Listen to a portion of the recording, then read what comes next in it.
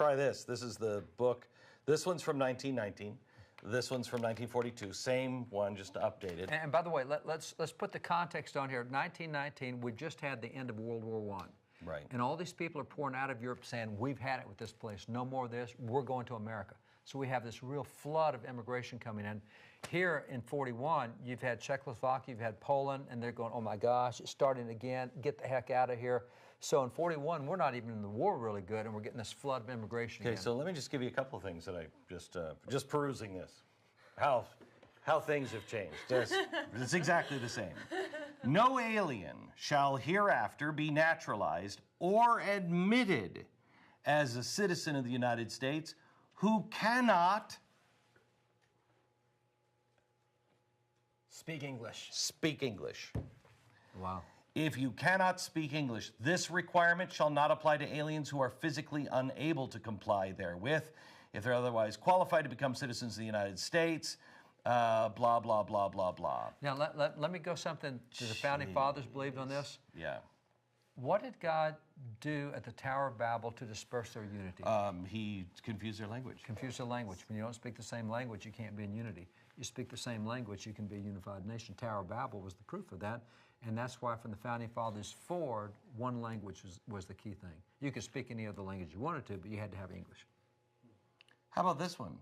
Person, not an alien enemy, who resided uninterruptedly within the United States during the 5 years next preceding July 1st, and was on that date otherwise qualified to become a citizen except that he had not made the declaration of intention required by law, and who during and prior to that time, because of misinformation regarding his citizenship status, erroneously exercised the rights performed, blah, blah, blah, in good faith, may file a petition for naturalization prescribed by the law without making the preliminary declaration of intention required of other aliens.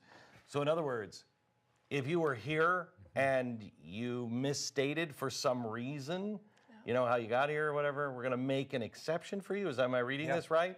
Mm-hmm. But see, as long as you have done, as long as you have complied in all respects with the law. Here's what they had back then. There were two things. You had to have a sponsor here in the United States to sponsor you and to vouch for your character. And if you did not have someone to vouch for your character and say, I'm responsible for this person, Beck's coming in as an immigrant, I'll make sure he does what's right, I'll be his sponsor, and I'm going to watch over him. That's how you get get naturalized. My favorite citizenship entry of any country that I know of is Switzerland. You are brought into the country, and then you live in your neighborhood, and when you go to become a citizen, all of your neighbors have to vouch for you. Yeah, there you go. And if any of the buddy in the neighborhood says, no, not a good guy, you don't get in. Mm-hmm. Imagine that. That's close to what we had here. I don't know that it could have been any neighbor, but you had to have people vouch for you. So, I don't know what it means to be conservative anymore, to average people. I don't know what it means to be a Christian anymore, too. If you're looking, if you're just seeing Christians from afar, and you've seen the way we've behaved, you know, what was it, David, 2%? 2.8% of pastors have openly said they will speak about what the Bible speaks about. 90% of Bible-believing pastors say they will not touch the issues that the Bible touches if it deals with culture today. So only 2.8% of all pastors in the United States. So seriously, what does it mean to be a Christian if that's the way it is in America? If you admit, and 90% of these pastors in the theologically conservative camp said, I agree, the Bible talks to that, but I'm not going to. Okay. So what does it mean to be an American? This book answers it, and I think this is great, and especially the last paragraph. Listen to this. An American is a man who is greater in his soul than in his class or his creed, political party, or the section in which he lives. To be an American, a man must have an American soul and believe in the spiritual realities upon which America rests. Whoa, separation of church and state. You can't do that. I know. Immigration book? Which spiritual realities upon which America rests and out of which America was born.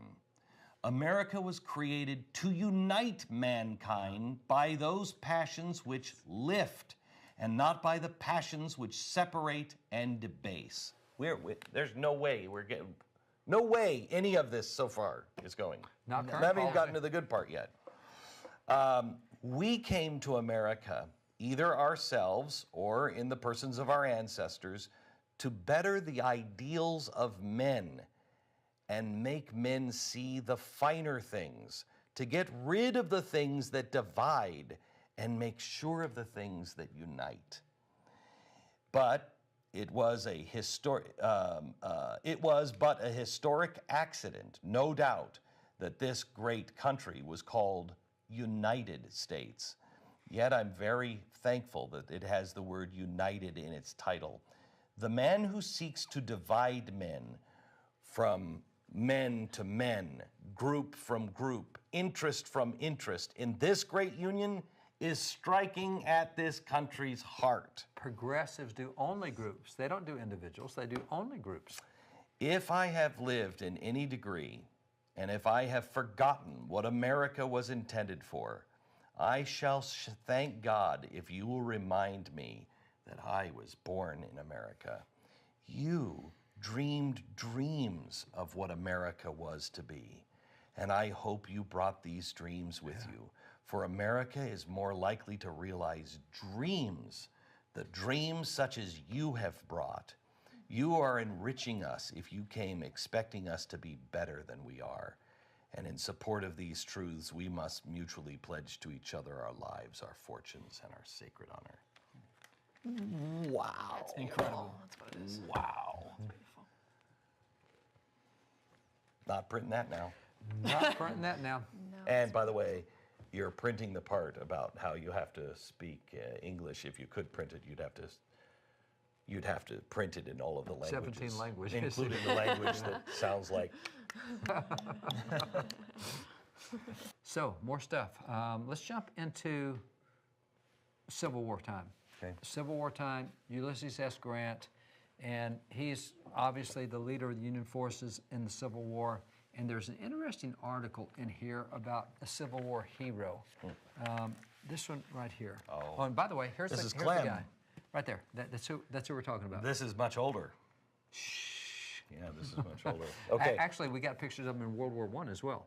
So he lived a long time in the military. How old was he in World War I? Oh, he was like, was it 80 or something? Yeah, I think he was officially out of the military at 85. I think Congress actually approved as one final promotion to rank to brigadier general. But I think it was 85 when he was finally out of the military. So if you look at this picture here, Sergeant John Clem. Now this is from 1864. Sergeant John Clem, our youngest soldier, 22nd Michigan Volunteer Infantry, has the youngest soldier in our army. He is 12 years old and even small for his age. His home is Newark, Ohio. He first attracted the notice of General Rosecrans at a review in Nashville, where he was acting as marker for his regiment. What's a marker? Marker, here, pull it out. We'll show you marker right here. Oh, it's a drummer. He's a drummer. He beats the mark for the guys. They know whether to advance, how fast to advance. When did we start saying you had to be 18 to be able to get into? Progressives. They changed education in the 1920s, and it was no longer knowledge-based, it's age-based. And so we started doing things on age rather than knowledge and capability. That was one of the biggest mistakes we've ever made. Progressives made 5 major educational changes in the 1920s that we're now stuck with 100 years later. And so educational reforms today, we're trying to arrange the deck furniture on the Titanic. We need to go back and blow it up from the 1920s. I think it's going to anyway. Well, I mean, it's with producing what's a bad coming out, I'm product. talking to people in Silicon Valley, Yeah. David, and with what's coming, our kids are not going to be prepared for. They're not going to be prepared. My kids now, my younger kids are 11 and 13, and they are, whether they go to college or not is way up in the air, because it is literally the people who really know what's coming. They're all saying the same thing. College is the biggest waste of money.